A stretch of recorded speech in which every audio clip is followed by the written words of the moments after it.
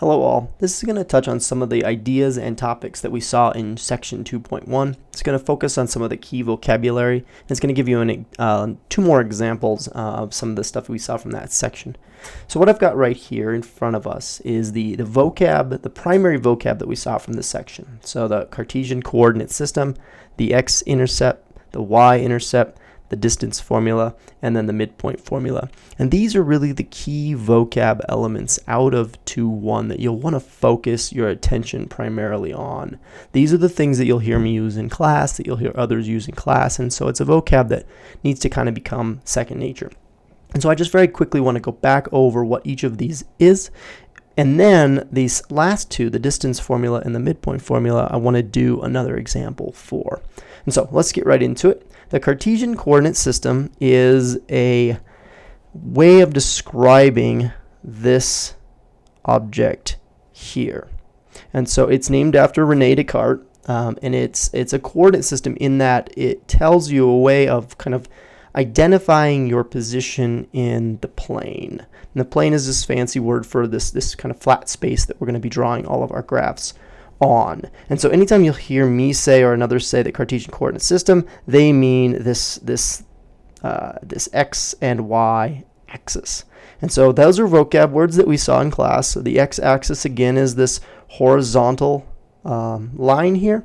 The y-axis is this vertical line here, and the two of them come together to help us describe points in the plane. So like we saw in class, this gives us the ability to move over a certain amount and up a certain amount and talk about a position, a unique position in the Cartesian coordinate plane. So for example, this point right here would be 4, 2. Okay. The x and y intercepts are key points in the plane. If we think about the x and the y axis of kind of describing the whole plane, the x and y intercepts help us further describe what's happening. And so what's the keys to note here? The x-intercept. The x-intercept is where we're crossing the x-axis. So points on the x-axis, like these ones that I'm adding here, would be examples of x-intercepts. Now, certainly any point that's on the x-axis is going to be considered an x-intercept. But the key to our x-intercepts, and sometimes we'll abbreviate it x-int, is that the y value must be 0. And this is key. This is something that you'll hear me say over and over and over again. But it really is the identifying characteristic of being an x-intercept. The y-intercept has a similar criterion. It's going to be any of the points on the y-axis. And just like x-intercept, we can abbreviate this as y-int. And just like the x-intercept, the other coordinate must be 0. So a way of abbreviating this mathematically would be to say x must equal 0. And this is a defining characteristic of being on the y-axis. And so whenever we're looking for a y-intercept or we're looking for an x-intercept, what we'll need to do is set the other variable to 0. And this becomes a big component of pretty much the entire course. And so this is a nice point to make here. Once we have these points in the plane, we can find different identifying characteristics about their location with respect to one another, and that gets us to these other two vocab words that we want to look at, or vocab phrases that we want to look at. The first is this example about the distance formula. And so let's write the distance formula down to start. So the distance formula, usually described as d, is equal to the square root, and we're going to need a kind of nice long square root bar here, the quantities x2 minus x1 squared plus y2 minus y1 squared. That is the distance formula. This is a good formula to note because anytime somebody asks for the distance between 2 points, this is the formula that we're going to need.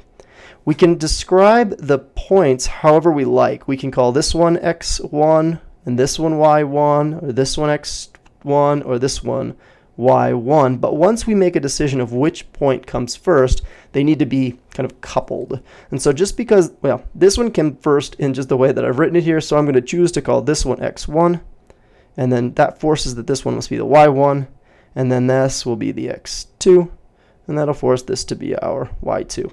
And it's a nice convention to just like write above it which one it is, so you can kind of reference back to that. But once we have that, we need only plug them into this and then begin to simplify, being very careful about the signs.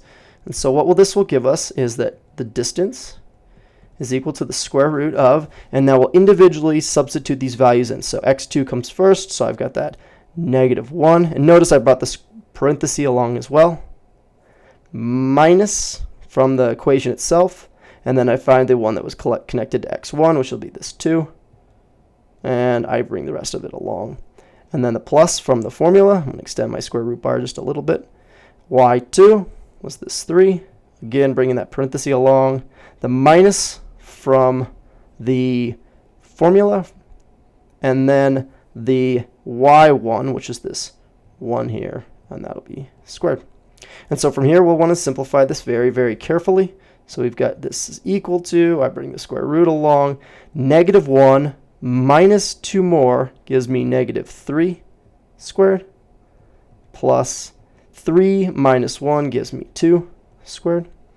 And then from here, I would end up with 3 times 3, which is 9, and then 2 times 2, which would give us 4.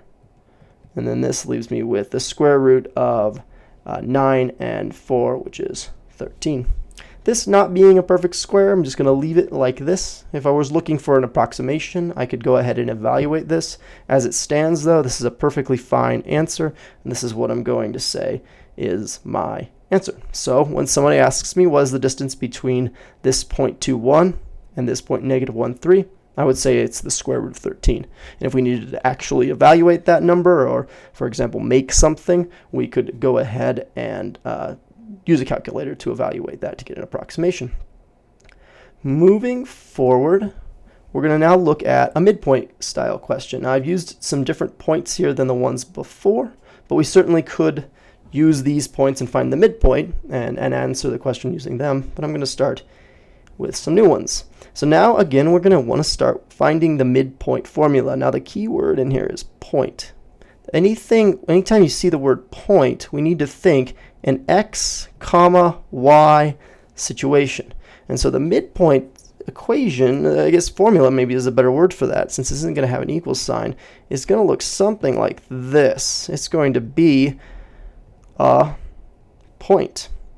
And so we'll end up with needing a space where the x goes, and we'll end up needing a space where the y goes. And then after that, we're going to average the x values and then the y values, meaning we're going to take 3 and, oops, I'm sorry, let's not jump too quickly into it. Let's write it in general. So x1 plus x2 all over 2, comma, from the definition of a point, and then y1 plus y2 over 2. And so this gives us our midpoint formula. From here, we can take the specific. Again, I'm going to decide which goes with what. So again, I'm going to call this x1. This forces this to be y1. I'm going to call this x2. This will force this to be y2. And we'll substitute the information in. So for our specific problem, we end up with 3 plus 2, so the x1 plus the x2, so 3 plus 2 divided by 2, comma, and then the y1, which is our 1, plus y2, which gives me 1 plus 4 over 2.